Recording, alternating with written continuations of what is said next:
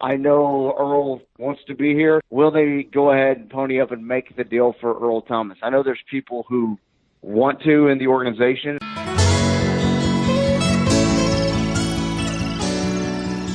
Today's Friday, July 6th. This is the Cowboys Beat on CLNS Media. I'm Ari Temkin. Our guest today is Kevin Turner, KT, from the Ben and Skin Show on 105.3 The Fan. A lot to get to with him on the radio station of the Dallas Cowboys.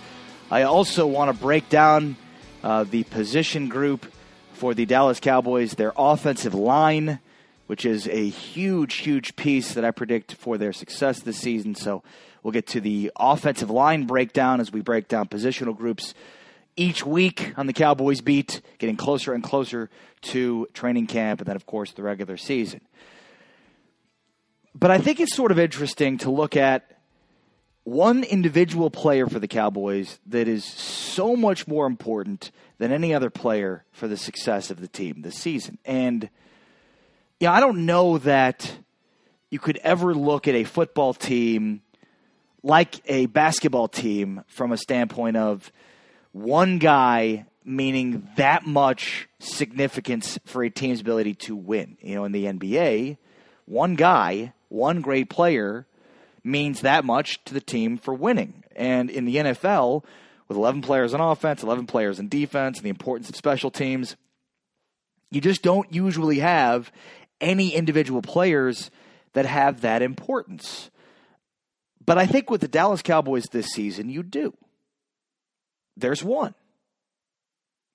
It's not Dak Prescott, though if you would argue that there's on every team one important player that dictates success in a season in football, it's got to be the quarterback. I think that's true, but in this case, I'm not referring to Dak Prescott. It's not Zeke Elliott, who was the difference between the Cowboys scoring basically 28 points a game when he was playing last year against 18 points a game when he suffered the suspension that he faced. It's not Zeke Elliott. It's not Dak Prescott. It's not Sean Lee, though I know everybody looks at the importance that he brings on the defensive side of the ball. It's not DeMarcus Lawrence, who's 14 and a half sacks. Have him now as the second highest paid defensive end in the National Football League, going into another contract year for him as the Cowboys hit him with the with the franchise tag. It's not Jason Garrett because he's obviously not a player. It's not any of those guys. The single player that is basically the difference between winning and losing for the Dallas Cowboys in 2018-2019 is Tyron Smith. The most important player. The one guy that you could trace to the success of this team back to. It's Tyron Smith. It's Tyron Smith, the all-pro, all-everything left tackle who missed a significant amount of time last year with a back injury and has a bad back, which, if you know anybody that has a bad back, those things don't tend to get better with age. But the Cowboys last year, their offensive line was just okay. It was good at times. It was never great. 2 years ago, the Cowboys' offensive line was the best offensive line in football, and it wasn't even close. Last year, a major reason for their decline in points scored per game was because of their offensive line, and probably most importantly because of the loss of Tyron Smith. Now, I've talked a lot of the Cowboys Beat about the Atlanta Falcons game last season where Tyron Smith misses the game, was the string of games that he missed. And so the Cowboys try to replace him at left tackle with Chaz Green, and Chaz Green basically was about as effective as air in stopping a average pass rush from the Atlanta Falcons. Not even, Von Miller type amazingly effective and elite, not even a San Diego Chargers type Joey Bosa, Melvin Ingram type insane pass rush, just an average, okay at best Atlanta Falcons pass rush that looked like Lawrence Taylor and Michael Strahan and Von Miller all rolled into one. The toll that took psychologically on Dak Prescott as a quarterback, I think, was felt and had diminishing returns for him in the offense for the rest of the year. But they had nobody to replace Tyron Smith with. Chaz Green was their swing tackle. They felt confident in his ability to replace Tyron Smith, and whether it was just something he psychologically couldn't handle or physically couldn't handle, or maybe it was just both. The Cowboys just could not replace Tyron Smith. And in that Falcons game, it was highlighted and heightened more so than in any other game. But to me, that Atlanta Falcons game shows such tremendous value that the Cowboys have with Tyron Smith, and maybe more to the point, shows what reality looks like if they don't have Tyron Smith. Now, you might say, look, the Cowboys are in a much better position right now to withstand the blow and the loss of Tyron Smith. You know, they went out and they drafted Connor Williams, who at Texas was a left tackle. You know, they went out and replaced their swing tackle and brought in Cameron Fleming, the swing tackle from the New England Patriots, to sort of be the Tyron Smith replacement if something were to happen to Tyron Smith throughout the course of this year that would make him unable to play. And while I think the Cowboys' offensive line will spearhead a really good offensive season for the Dallas Cowboys, in fact, I think with a healthy offensive line and Zeke Elliott, the Cowboys will get back to being a top 5 offense and therefore return to the playoffs. I still think it bears repeating that Tyron Smith is the most important player for the Cowboys' success this season.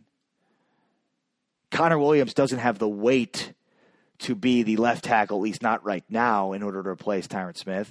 Plus, he's a guy that spent last year, obviously, in college, so he's already making the transition from college to the pros at the left guard position. The last thing you want is to then change him around mentally in the middle of the year to replace him with Tyron Smith if he gets an injury.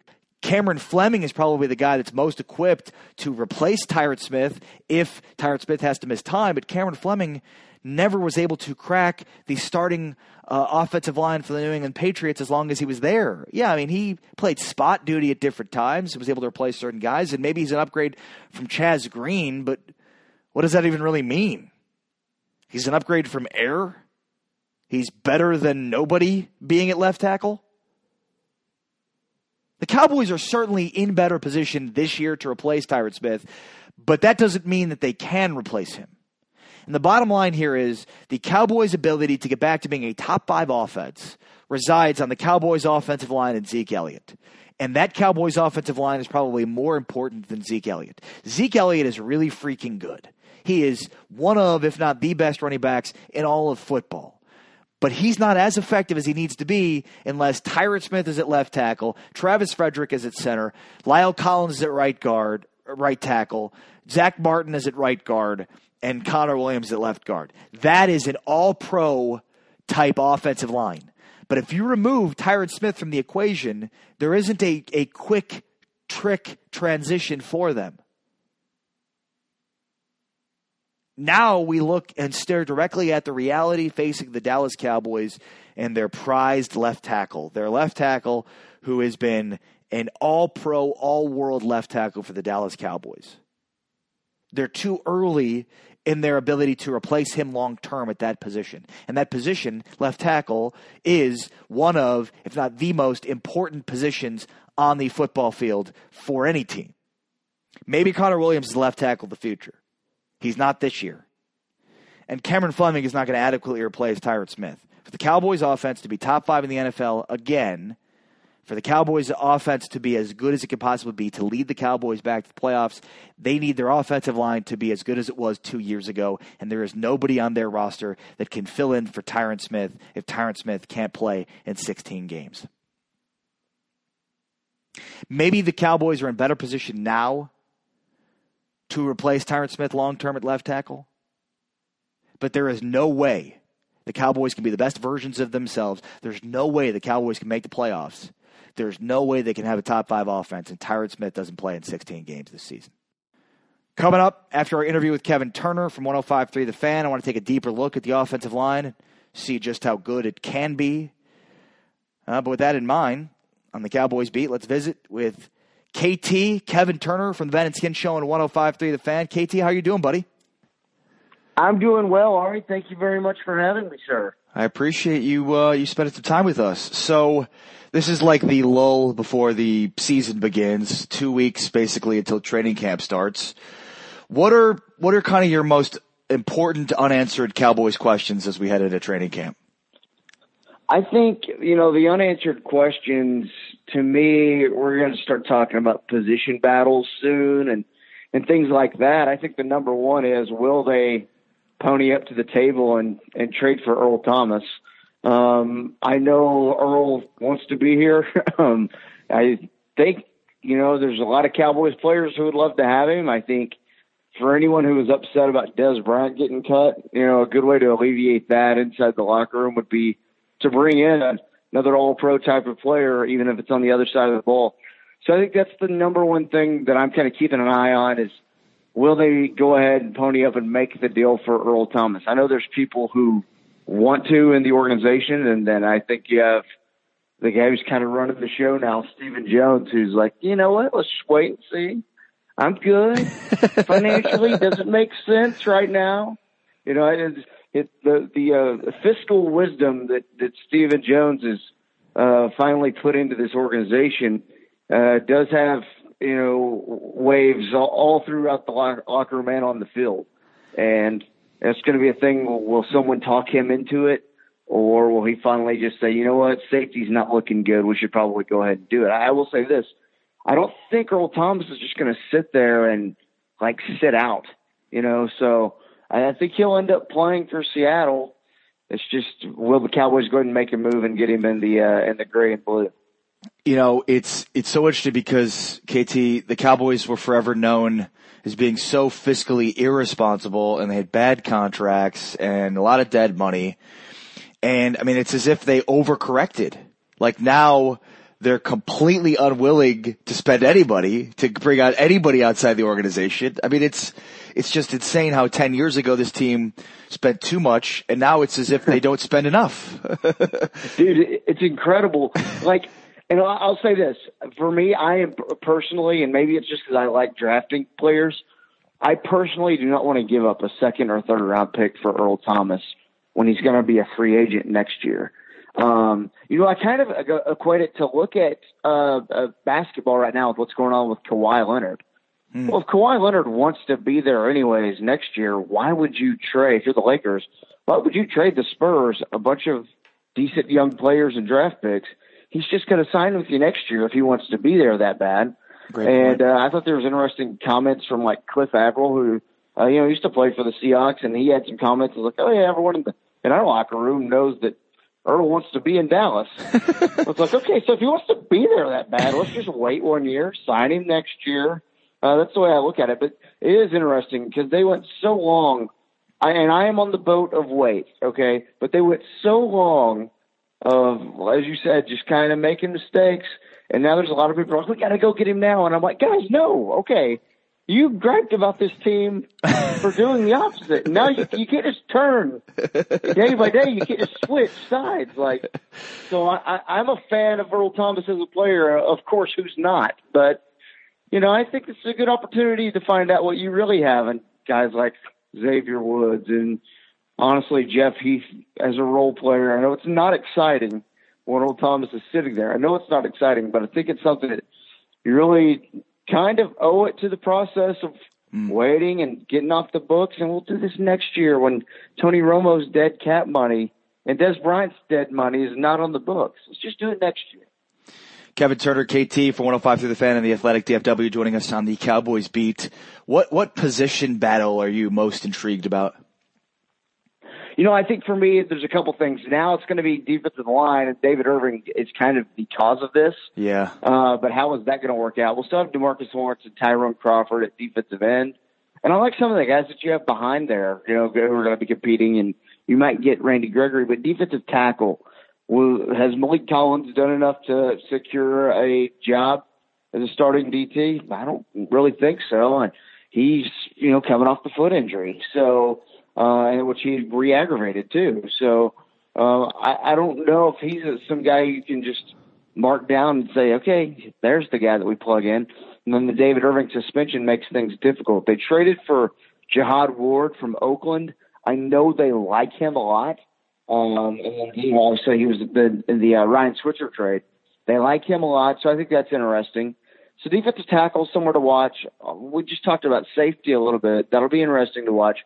And then obviously we got to go to wide receiver because it is now every man for himself.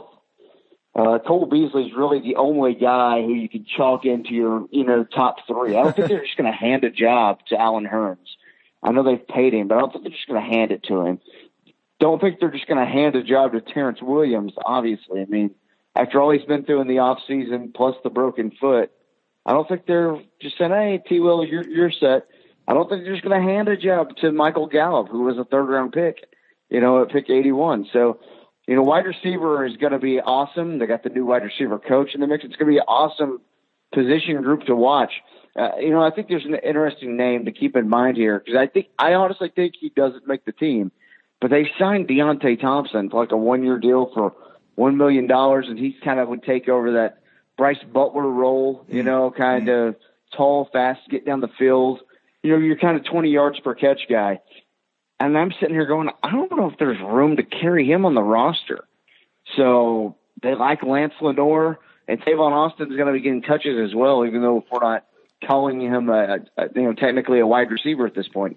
Wide receiver is the most unpredictable position on this team, and I can't wait to find out how it all shakes out in training camp and preseason. Yeah, you're right. It's if you sort of look up and down what they have on the depth chart, how many are they going to keep? Are they going to keep 7? Are they going to keep 8? And then who's, as you mentioned, is Lance Lenoir on the outside looking in? Is Noah Brown on the outside looking in? Is, Deontay Thompson? Tavon Austin. It's not like they gave him a ton to get Austin, so you'd think that he could potentially be expendable too, depending on how these battles break out. It's interesting because they obviously aren't great at wide receiver. Nobody jumps off the page at you as being a star in that group, but they have great numbers there, and there's some guys that have made, decent names for themselves, at least, inside the Cowboys locker room that won't be making this team. And I think you brought up a good point with a couple names of Lance Lenoir and Noah Brown. Two guys they like, two guys who they might be willing to sacrifice a roster spot to keep on the team, I don't think they're going to go crazy and carry 7 wide receivers, but I think they'll probably carry 6. I know they love Tavon Austin as the punt returner, and then I think they would probably identify him as, I think if we're going to label a position on him, they said Webb back after the draft, and no one knew what the hell they were talking about. But I think I would call him a running back. I think he'll get more touches, out of the backfield, but 3 punt returns or 4 punt returns a game, 3 carries a game, 3 catches a game. There you go. All of a sudden, Tavon Austin is, getting 10 plays out of your offense. So I think that's what they're trying to do. So wide receiver is going to be crazy. The offense in general, they're going to make changes. It's as if they were like, okay, let's create a new position with Tavon Austin because everyone's saying we're too predictable. So we're going to do that. We just made a new position. Oh, we're too predictable? All right, so the guy that only knew 3 routes and we couldn't move around the offense, cut, throw up the X, you're out of here, buddy. Okay, it's like it's like they were offended by the public shaming of them. And I sit there and I watched this a couple weeks ago because I don't have much of a life. I watched the 16 game against the Seahawks, and you sit there and watch that game and you go, oh my God. The play calling was horrid. And I know we all knew that. Yeah. But I think it just reaffirmed okay, here we are 20 days from training camp. And that week 16 game with the horrible play calling when the season was on the line, it made me go, God, they didn't make any changes to the coaching staff. This is going to be rough. But actually, I think they did a really good job of I'm not saying things are going to change. I think, eventually you are who you are, but I do think Scott Linehan is going to do enough to shake things up in the offseason. They know people have been talking smack about him. When you say the play calling was bad in the Seattle game, do you mean from they were passive or just predictable or I guess what were the things that stood out to you about that in particular? Yeah, just situational, which we've seen before. But this is down, in the red zone. They needed a touchdown to take the lead. And if you remember, they win that game, and they go in week 17. They had a chance to make the playoffs. Right. I think it turns out it wouldn't have mattered based on what happened elsewhere in the NFC. But at the time, win that game and you're in going into week 17 and they ended up losing. And it was as simple as we're down on the goal line, and I think it's first and goal at the 3, and I don't have the exact play chart pulled up. Yeah. And it is, oh my God, we're throwing the ball, and it's like, okay, we have Zeke. Zeke needs to get the ball here. Like, I'm just saying, like, I think everyone in the world knows it. Zeke at the red zone, things are going to be fine. Like, I'm okay with throwing the ball inside the 5-yard line. Right. I'm not being that guy, but I think when the whole world knows, I don't know. It's the whole. It reminded me a lot. That game reminded me a lot of the Super Bowl with Seattle and New England. And I know it's far more egregious. I understand that, but like, it's the same type of thing. Yeah. Where there's your guy. This is what we do. We run the ball. We have Zeke mash it in there. That game also, really a bad game for Dez too, and that's kind of where I kind of went. It's just a casual reminder of like, okay, yeah. The Dez fumble there, and then the interception that's on Dak Prescott's name is just because Dak hit Dez in the face mask with the football, and I don't know. Like, Dez did not help the team's cause that entire game. In fact, he cost them the game. And I'm comfortable saying that because the momentum shifts that happen based on a fumble, based on the interception, just taking points off the board. And it just makes you wonder how much of that game just stayed in their minds as well. All right, everybody that I've interviewed for this podcast, I've asked the same question as we head to the season. Over under 9.5 wins for the Cowboys this year. I'm going to say over, and I'm going to say that with confidence. I like what they've done to kind of, make the puzzle pieces of the roster come together. And that's without the potential move of Earl Thomas, which, could happen. I like what they did at left guard, okay? And I think Connor Williams is going to take lumps early on. He needs to get stronger. He probably needs to put on about 15 pounds of good muscle and that good weight if he's going to play inside. But I like the athletic ability, and I like, the potential there at left guard. We're not going to plug a gap with Jonathan Cooper. There was nothing more than a placeholder, okay? Those are the types of things I like. I know not having Witten is going to hurt a little bit. Not having Dez is going to hurt a little bit, but I like that the team got faster on offense. This team was one of the slower-paced offenses in the league. Now they don't have to play that way. They can play with speed on the outside if they need to. So I like that. I just love the potential of the pass rush, especially once you get David Irving back after his 4 games. You might get Randy Gregory back. And I wouldn't expect something crazy out of him, after sitting out for a year, but there's just a lot of potential to have some game-changing aspects on defense in terms of rushing the passer with all these guys coming back. So I'm a big fan of what this team has done in the offseason to kind of solve some of their deficiencies from last year, and I just feel like we're going to see a jump. So my full-on prediction, I know that you said over under 9.5. I'm going 11-5 and second place in the NFC East, and then that's to get the wild card and get the playoffs. KT for the Ben and Skin Show, 105.3 The Fan. You can also read him on the Athletic DFW. Follow him on Twitter at KT Fun Tweets. Appreciate the time, man. Thank you very much, and go Cowboys. That's KT, Kevin Turner from the Ben and Skin Show on 105.3 The Fan.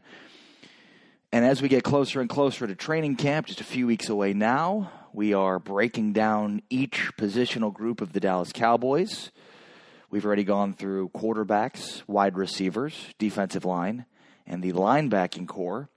Today I wanted to break down the offensive line. And obviously we've already discussed the importance of Tyron Smith and the overall ability for the Cowboys to get back to the playoffs. But if you look at the offensive line, really the story with the offensive line is from 2 years ago, when the Cowboys had the best offensive line in football and subsequently a top 5 offense in basically most categories. And in fact, Cowboys were number 1 in the NFL in the majority of offensive categories 2 years ago. That was when they won the division. And, well, we don't have to relive what happened that year. They had Tyron Smith as their left tackle. They had Ronald Leary as left guard. Travis Frederick was their center. Right guard was Zach Martin. And their right tackle was Doug Free. And they just found the perfect balance along their offensive line. It was brilliant. And they were amazing. Well, Doug Free retired. Ronald Leary got paid big time, so the Cowboys went into last season having to replace both positions. Now, Lyle Collins was a guy that they loved in the draft that year. He played guard for them in his rookie season, and they moved him over to right tackle to take over for Doug Free. At the left guard position, that was an open tryout, essentially, and Jonathan Cooper won the job. And look, even though Lyle Collins played well towards the end of the year at right tackle, Jonathan Cooper was not necessarily the right piece at left guard. And obviously the injury to Tyron Smith meant that the offensive line took a humongous step back for the Dallas Cowboys last season. So what do they do to rectify it? Well, they went out, they brought in Cameron Fleming, the talented swing tackle from the New England Patriots, and then spent a second-round pick on Connor Williams, who was seen on a lot of boards as a first-round talent and a first-round pick. So when you look at the Cowboys' offensive line, there's the All-Pros, Tyron Smith, Travis Frederick, and Zach Martin. Lyle Collins finished the season strong last year at right tackle, and now they have Connor Williams at left guard. And there's a lot to like about Connor Williams at left guard. He's highly athletic. They could swing him, use him on the move. It'll be interesting to see how they use him. But when you look at the depth that they have behind those guys, Cameron Fleming is their swing tackle. Joe Looney, will he make the team? Marcus Martin, Kadeem Edwards, and then, of course, Chaz Green. These are all names of guys that could potentially make the roster. My guess is they'll obviously keep Cameron Fleming. They'll keep Joe Looney as he has experience. And they'll probably keep one more of the Marcus Martin, Kadeem Edwards, Chaz Green smorgasbord behind. With Fleming and Looney, that's tackle and guard, so you wonder if they'd go tackle or interior offensive linemen to round out their roster. But the bottom line here is they spent a second-round pick on Connor Williams to shore up the left guard position, and they think that after a tough early-on transition for Lyle Collins, that he's going to be plugged in and be an all-pro at right tackle. And this is how they're built. The Cowboys have spent the majority of their money along their offense. They have spent the majority of their draft capital on offense. They've just paid Zach Martin. They've paid Travis Frederick. Tyron Smith has gotten paid. You know, they're going to have to pay Dak and Zeke coming up here soon. They are built to succeed along their offense, and it all starts, as cliched as it sounds, up front with their offensive line. And though on paper it looks like it could be back to what it was a couple of years ago when it was dominant, and as a byproduct of that, the Cowboys' offense was top 5 in basically most statistical categories. There's a lot to like. Connor Williams is a guy that should be very, very good for many years at left guard and potentially could eventually supplant Tyron Smith years from now at left tackle, especially if Connor Williams is able to bulk up, because that's the major question mark. How bulky can he be at the point of attack as needed to be a left tackle? But they just need him to be successful at left guard this year, and they just need Tyron Smith to stay healthy. And as I mentioned at the top during the first segment here at the Cowboys Beat, the health of Tyron Smith is without a doubt the most important piece for the Cowboys' success this season. They don't have anybody to replace him and play at that level. Again, they could slide over a Connor Williams or add a Cameron Fleming to the mix, but I still think there's a significant drop-off between those two guys and what Tyron Smith is giving. Now, will he be healthy? Probably not. Will he play all 16 games? That remains to be seen for Tyron Smith. But when you look at the failures of the offensive line last year, and it wasn't bad, it just wasn't great as it had been the previous year when the Cowboys won the NFC East, and we don't have to relive all that again. They were the best offensive line in football without a doubt. And based on the moves they've made this offseason, and it's as simple as Lyle Collins continuing to play at right tackle, they didn't want to move him back to guard. They thought the one transition was enough. I agree with that. Connor Williams, adding him as a second-round pick. Again, one of a highly, highly athletic offensive lineman. So they seem to have the versatility. They seem to have the guys up front that will get this team back to being one of the best offensive lines, if not the best offensive line in football. And that's why I've been saying all offseason, I think this is a playoff team. I think this is a 10, 11-win football team. And I think it all starts because of the moves they made this offseason and because of Tyron Smith not necessarily being healthy, but healthy enough to play in all 16 games for the Cowboys this season. All right, I'm Temkin. Thank you to Kevin Turner, KT Fun Tweets from 105.3 The Fan, for joining the show today. Make sure to subscribe. Hit the subscribe button no matter where you're streaming this show from. iTunes, Stitcher, the CLNS Media app. Make sure to subscribe and rate the podcast as well. Also, make sure to check me out on Twitter at RE Sports, ARI Sports. You can also watch my stream every day. I live stream on Facebook and YouTube at facebook.com/Watch Phantom. That's FANTOM. So check it out there. But for now, I'm out. Peace.